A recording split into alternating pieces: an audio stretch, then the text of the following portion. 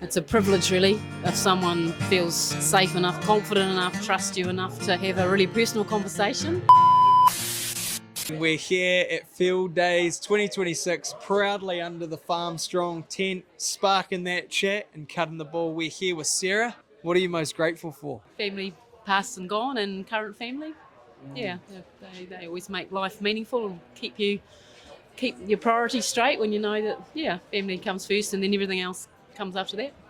It's a constant practice to tap into, being grateful for what's around you right now, and especially in that moment with family, past and still here, but really appreciating those moments.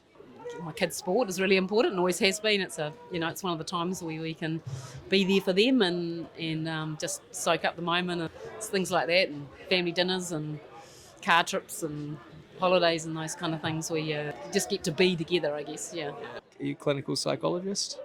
Just to drop that in there. And also up for Rural Woman of the Year, to drop that in there as well. So we support this woman. She's awesome. If a mate reached out and they were struggling, what is the best piece of advice you give them? Usually one of the first things is just acknowledging good on them for actually having that conversation. I was with someone yesterday and I said to him, look, just good on you for recognising that you've got a lot on your plate right now, and that if it feels like it's stretching your own resources, that you recognise that and that you've asked for a bit of extra help. Keep externalising what's going on in your head by seeking out the people around you that you feel most supported by. It's about listening to them, to hear what it is, what is it that is really important to them right now, what is it is the biggest things that are kind of bugging them, to then, where to from here, what might be helpful once you can get alongside and say, hey, I'm next to you as you navigate these challenges. It's a privilege, really, if someone feels safe enough, confident enough, trusts you enough to have a really personal conversation. I guess the more that you can make yourself, just be available for people within reason, to feel like they can talk and be approachable. They don't necessarily need a solution, They just need someone in their camp and someone that's hearing and knows that they've got some stuff going on. Bang on. Sarah just nailed it. What fuels your stoke? What gets your heart pumping? Family and friends. For me, it's sport and exercise. Absolutely one of my outlets.